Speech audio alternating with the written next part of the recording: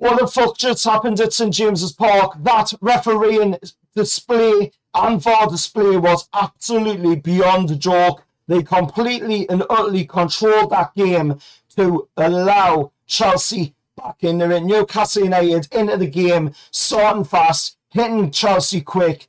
4 minutes into the game, Nick Voltamara getting on the score sheet. And then 20 minutes in, Newcastle are making it 2-0. And then we're seeing around the 49th minute of the game, Chelsea getting a very soft free kick and Chelsea being able to get a chance from Reece James outside of the box, which they shouldn't have had. It was a very soft free kick and they shouldn't have had it. And Reece James steps up, he takes it, he puts it in the back of the net, it puts it to 2-1. We're still in the game, we're still ahead in the game, but you can feel that the referee and the VAR are manipulating the game. They are trying to twist this game around to see if they can get Chelsea back into the game. And then the 66th minute, we'll have a moment where, you know, João Pedro gets a ball played to him over the top. He just, of course, gets a moment where Mali slips and unfortunately João Pedro gets away. He breaks into the box. He slips it under Aaron Ramsdale in goal for it. But, I mean, there was a lot of decisions in this game today that you've got to look at from a Newcastle standpoint. You've got to look at, even as a Chelsea fan, I'm sure, you know, there'll be loads of Chelsea fans that'll be looking at this. And if they've got the right mind and, you know, they're looking at it from the right side of the view and they're not, you know, one-sided, then they'll see that there was at least seven penalty shouts in that game for Newcastle today. Chelsea might have said that there was also a shout in there for themselves for something of a handball, but it wasn't. From my point of view, I didn't see any handball there because of, you know, the ball was pretty much, the hand was into the chest and all of that stuff on that one.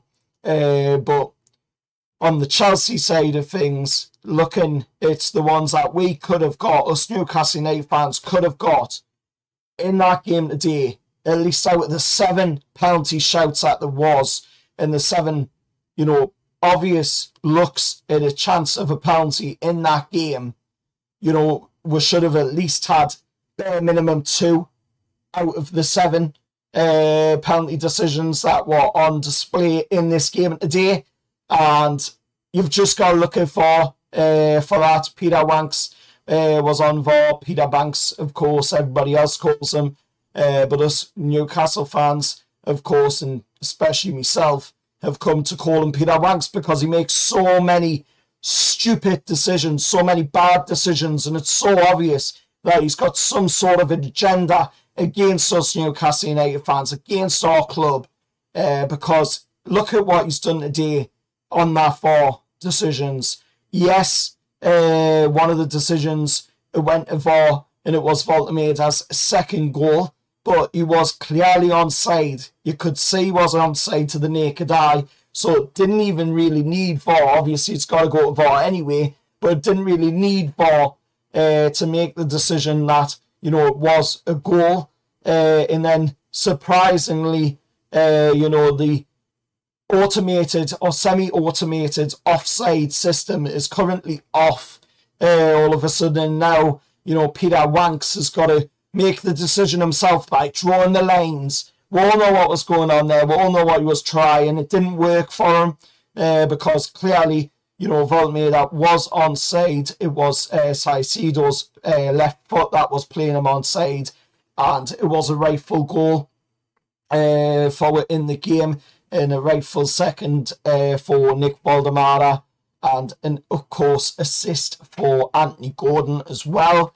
But I mean, we can feel pretty hard done by, to be honest, as Newcastle United fans. We can feel hard done by because we should have come away from that game with the win. We should have been the winners in this game. We should have been coming away from St James's Park today with all 3 points in the bag, but instead, because of outside influence of the referee and VAR influencing on the game, we're coming away with only a point, and Chelsea are walking away with a stolen point today at St James's Park, a point that they didn't really deserve.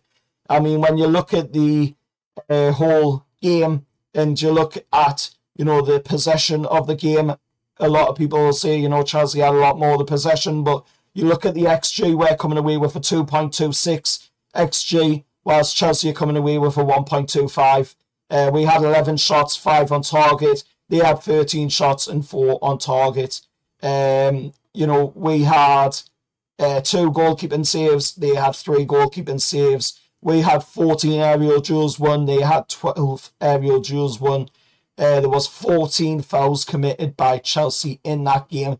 The Chelsea squad come away from that game with 1, 2, 3, 4, 5, 6 yellow cards plus their manager, which makes 7 yellow cards. Just shows how dirty Chelsea were in that game today at St James's Park, and they were very lucky not to see a man sent off as well, because they should have probably seen the departure of a Chelsea player at the back end of the game, of course. But it's just really, really bad officiating once again. That has cost us a whole 3 points, and we're coming away with only a point out of a game. So we've literally lost 2 extra points in this game because the referee and VAR wanted to stick their nose in and give stupid decisions and not give the right decisions on penalty shouts in the game today. So Chelsea are 4th in the table with 29 points out of 17 games played. We're currently 11th in the table with 23 points out of 17 games played. If we had won that game today, we would have, of course, been on 26 points, given a goal difference of, I think it was like 2-3 or so at that point on goal difference. That would have put we to just above Liverpool in the league, or I think it was about 9th in the league. We would have been if we had have won today. But poor ref decisions, let us know what you think down in the comments below. And of course, the incidents, like I say, on the penalties, what did you think? Do you think there were penalty incidents?